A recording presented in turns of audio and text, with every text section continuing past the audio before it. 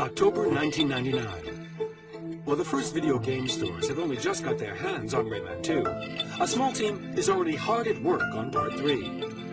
We'll find out how, from their Ubisoft studios in Montreuil, these artists spent 3 years in a constant ping-ponging between specialists, with a care for detail verging on the obsessive.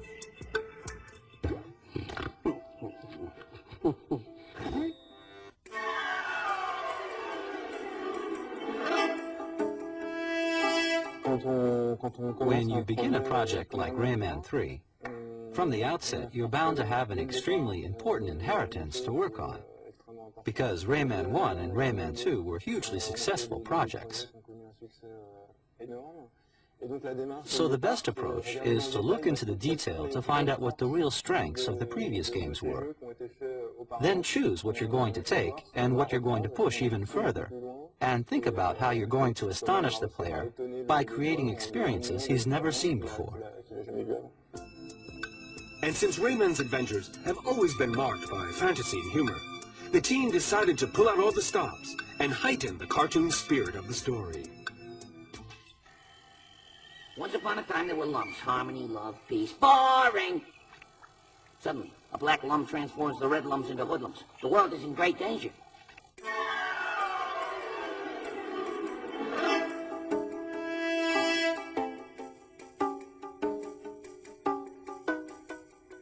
We agreed on a story that would give us scope to create a real epic and explore new sweeping landscapes, fantastic creatures, and so on.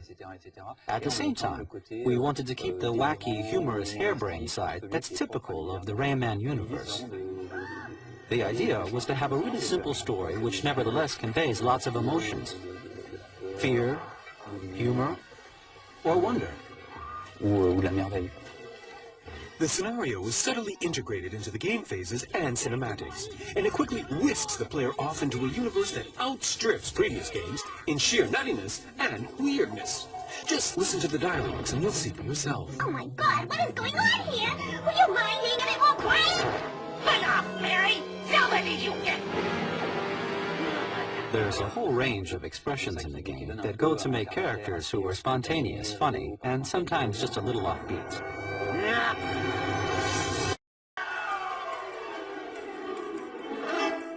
Globox is a key character in the scenario. Once again, he accompanies Rayman on his adventures, and the part's tailor-made for an even crazier, unpredictable oddball. Au début, on avait To start with, we decided to give Rayman a companion who'd follow him through all his adventures. But that presented a dilemma. The character couldn't do more things than Rayman. He'd have to do fewer, in fact, being not particularly gifted. So he'd run the risk of quickly becoming a deadweight. The solution we found was to give him alcoholic tendencies brought on by the black lumps he swallowed. On drinking, he'd be able to perform dazzling feats, helping Rayman out at different points. So what do you end up with? Well, you end up with a pal who can help the player out in moments chosen by us, who doesn't try to steal the show from Rayman, and who soon turns out to be great fun and invaluable to the player. C'est vrai, quoi! À chaque fois qu'il faut sauver le monde, il n'y a plus personne. Heureusement qu'on est là. The scenario's in a resolutely cartoon style, leaving the door wide open to all kinds of eccentricities. The first folk to exploit this are the graphic designers. It's their job to depict the appearance and personality of each character.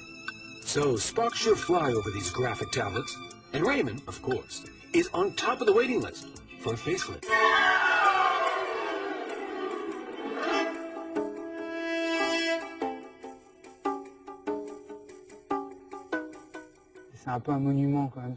Rayman's something of a monument. I was very apprehensive about touching him. For me, it was like being asked to revamp the image of someone like Tintin, touching the untouchable. At the same time, though, it was an incredibly interesting exercise.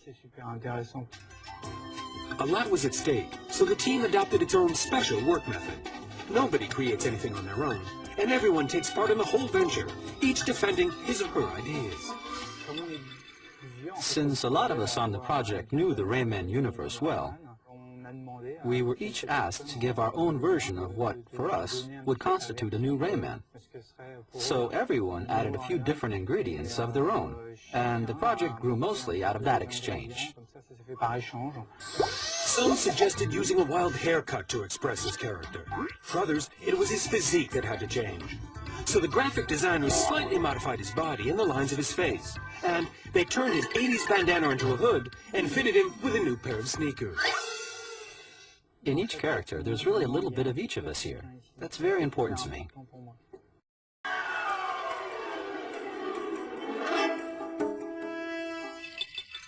Only slight changes were made to Rayman.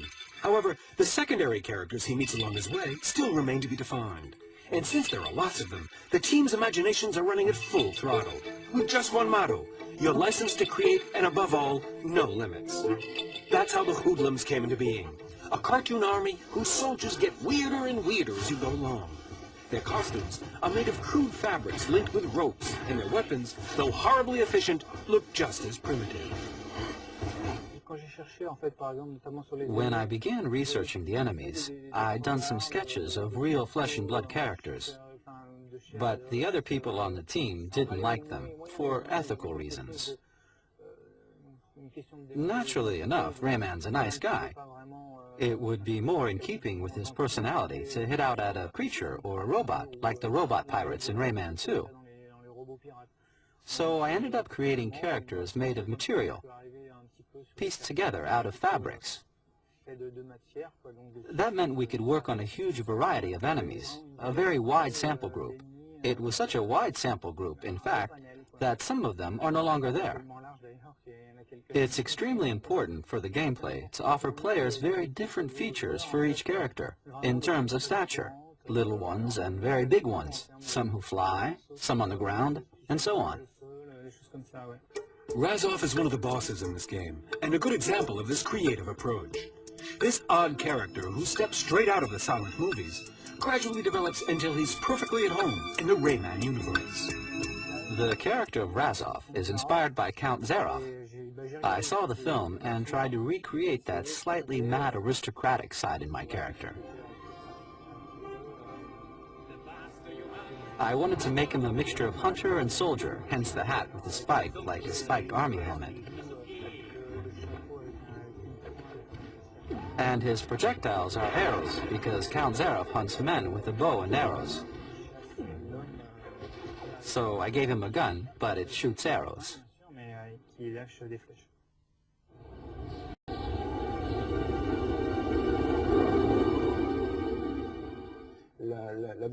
One of our main objectives can be summed up with the word immersion. Everything we did for immersion. We wanted the kind of game where, once you got your hands on it, once you entered into it, you wouldn't want to let go of the pad before the end. It's been 2 years since development work began on Rayman 3. The team's filling out and gradually taking over the studios. Likewise, the Rayman universe is ceaselessly growing. The first levels are starting to appear, and already the graphic quality is being worked on. Level creation is much like haute couture.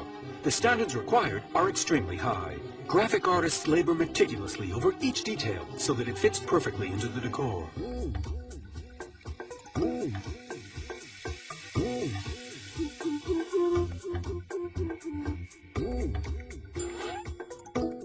And to perfect all these elements, there are a number of secret techniques that come in handy for the designers.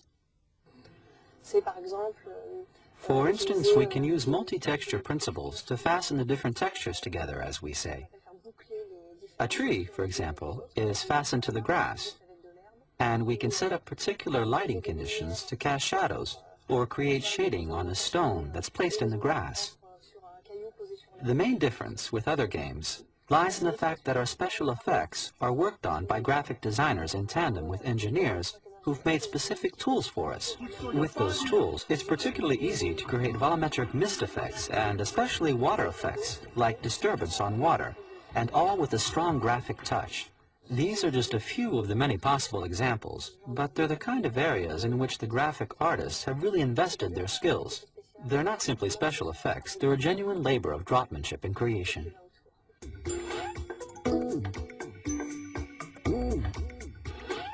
But what are immerses the spectator instantly into this magical world is the coherence of all these elements.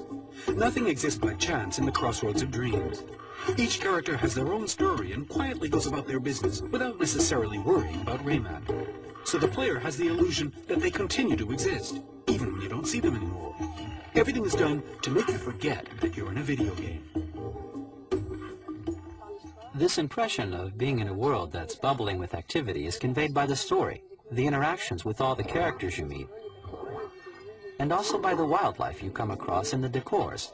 Little insects, butterflies, dragonflies, birds, rats, bats, big creatures that graze on the grass, that kind of thing. You can even have small interactions with the animals. And the other things that give life and motion to this world are all the animated objects, like gear wheels that turn, or water that moves in the rivers and waterfalls.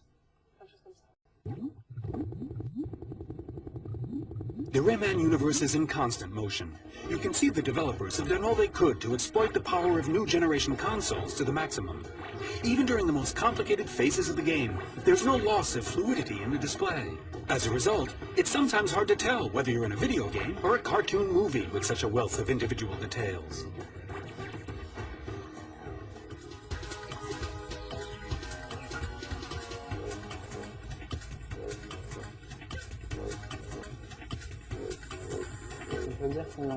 It's fair to say that we really took care over the details, the little details. And there are lots of examples of detail in the game, like animations which you're not really sure that the player will even notice. But the player who takes a little time will see that when you shoot at a piranha, his jaw comes unhooked. Or if you watch the small turtles when they're next to each other, they give each other kisses. Nice little details like that. For that reason, you could also say that no two players feel they've done exactly the same thing. This player sees one animation, that player sees another, and everyone has a totally different experience. Providing each character with faultless physical characteristics was another animation challenge.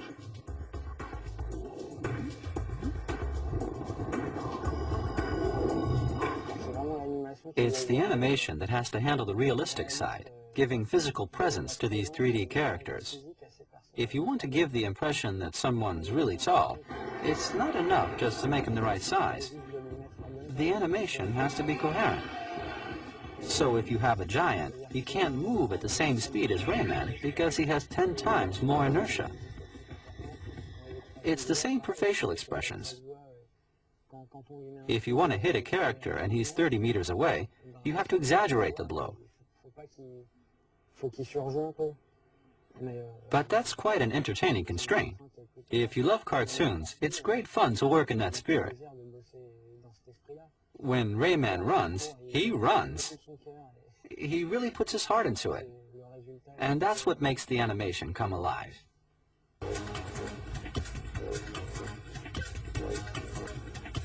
But the contribution of the new consoles doesn't stop there, and Rayman will also turn this new calculating power to good account. It was a good 2 years after making Rayman 2 that we changed machines. And that changes a lot of things. The standards set in animation are much higher nowadays, so you need a greater level of detail. Rayman now has a wide range of facial expressions. He can show his teeth, wink, pull faces, and his pupils can move in the direction he's looking. All these little details give a really new generation feel to the game.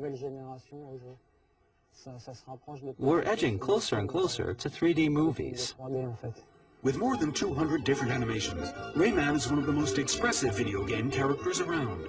The character's emotions are seen directly on screen, just like in the cinema. The team relies on its acting skills to create ever more entertaining scenes. If a player abandons his pad for a little too long, for example, it doesn't take long for Rayman to show up, and in his own special way.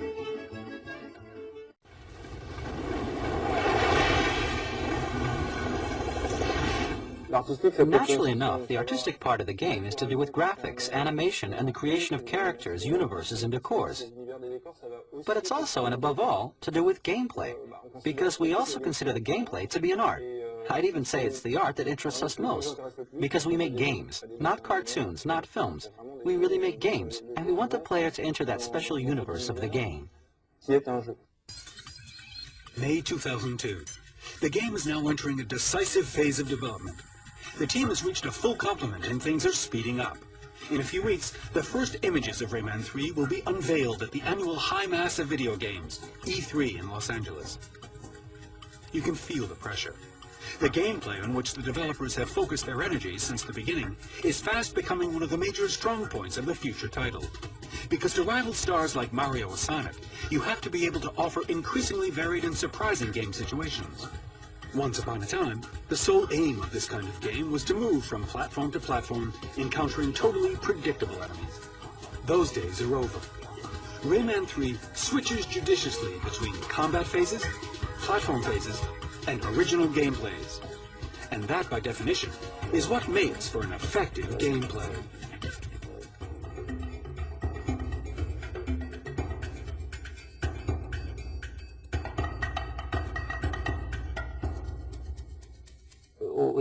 From the game design angle, Rayman has been very easy to handle. He carries out a number of actions that few video game characters can do. So that side of him had to be kept, while at the same time adding something which would make you say, now there, look, the character's really evolved. There's nothing surprising then about seeing Rayman speeding off in a crazy race at the wheel of one of his own shoes while surfing down snow-covered slopes. There are, after all, many different game situations. But progress doesn't stop there. His attack capabilities have also come a long way. If, as in the first opus, Rayman launches his fists, he can now give them a particularly effective curved trajectory. He can also kick, and the icing on the cake, he now has formidable superpowers.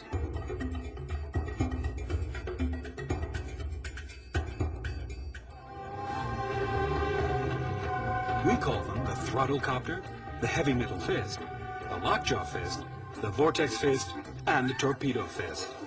They are extremely effective, and their use is more than instinctive.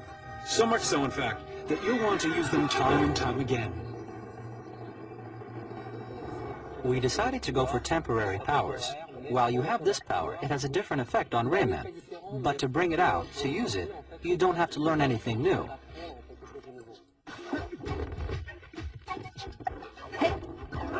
The principle of grab, for example, already existed in the previous Rayman games. It was something we already had as a base. So we said, it's easy. We'll keep the principle, but we'll turn it into a power. But at the same time, this wasn't enough, because each power has to meet certain requirements. A viable power has to be useful for unblocking a passage in the level, but it must also have a specific use in combat. The grab fitted the bill well, and we followed the logic of the instrument itself. You throw it at the enemy, you cling onto him, he's completely blocked, then you give him electric shocks to eliminate him more quickly. Next, we set ourselves certain additional objectives, like reducing the player's frustration in the game to the minimum. Reducing frustration means working on the difficulty factor. Rayman 2 was considered a difficult game, after all, and Rayman 1 even more so. So we continued this trend to make Rayman 3 more accessible.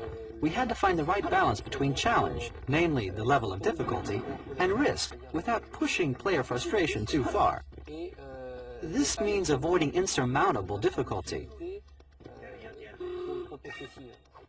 For example, we don't want the player to die from a single blow. Once again, the ping-pong effect between teams helped create a fun, perfectly tuned gameplay. It could be used in many different situations. Because for a bright idea on paper to become a pleasure to play, you sometimes need dozens of exchanges between people in different professions.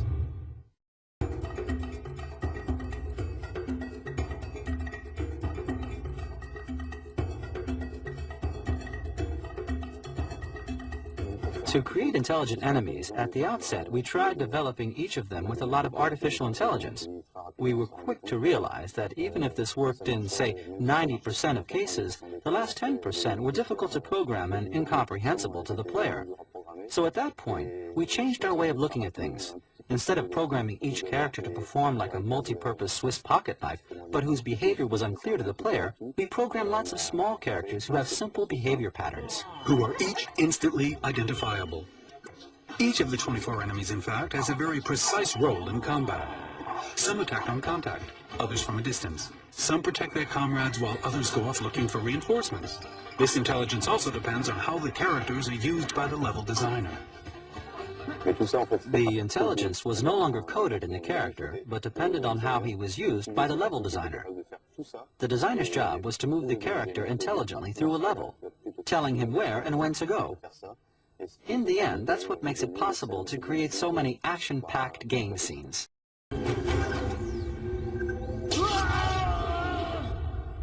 October 2002, the team is now on the home stretch. Among all the final tasks to achieve, Rayman is yet to utter his first words. I loved the old Raymanian language. It was really good fun. And for a long time I wondered, do we keep Raymanian? Should we move over to voices? In the end, we realized that voices were necessary when we did the tests, because they really do add an extra dimension to the characters. We were talking about giving them personalities. Well, voices do half the job. It has to be seen to be believed. I was really bowled over when I saw how well it worked. To fully appreciate this, there's nothing like attending a dubbing session, so it's off to the recording studio. Everyone's already there. The sound engineer, of course, the scriptwriter, the person in charge of cinematic scenes, and most importantly, the actors. Here's the actor who's going to do Rayman's voice. And as you can see, he's already getting into the part. It's just as well, too, because there's more to successful dubbing than simply reading subtitles. Like the actor who's dubbing Murphy, you sometimes have to lay it on thick, as if you and the original character are one in body and soul. Rayman, fais gaffe, André est dans l'histoire, et le ils sont des pervers. Il a sûrement refilé de sales habitudes à Globox. Allez, on se revoit dans Rayman 4.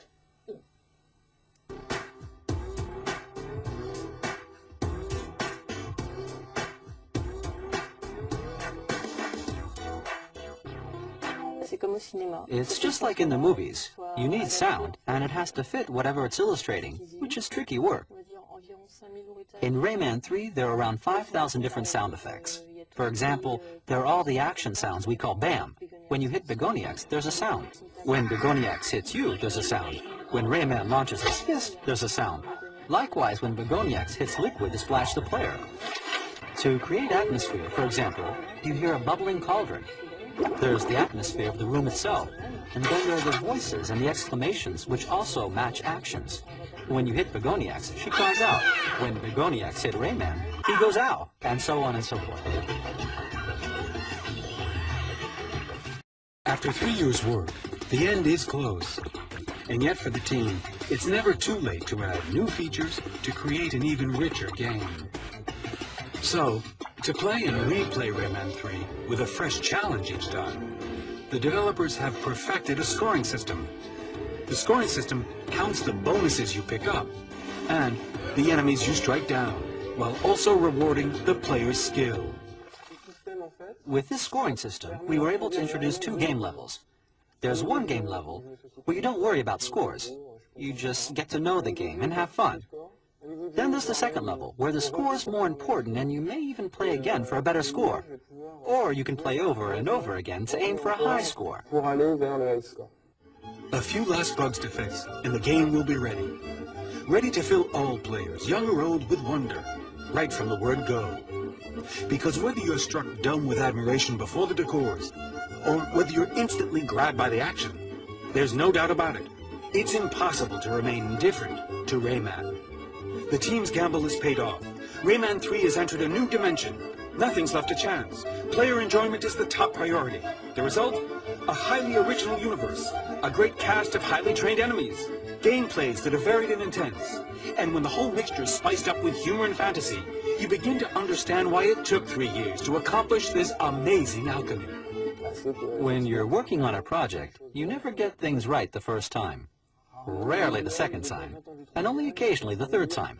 And that means constantly calling yourself into question and constantly doing and redoing things to move them further forward. To conclude it's true, it takes a lot of blood, sweat, and tears. Oh, and marshmallows, too. But it's all worth it in the end.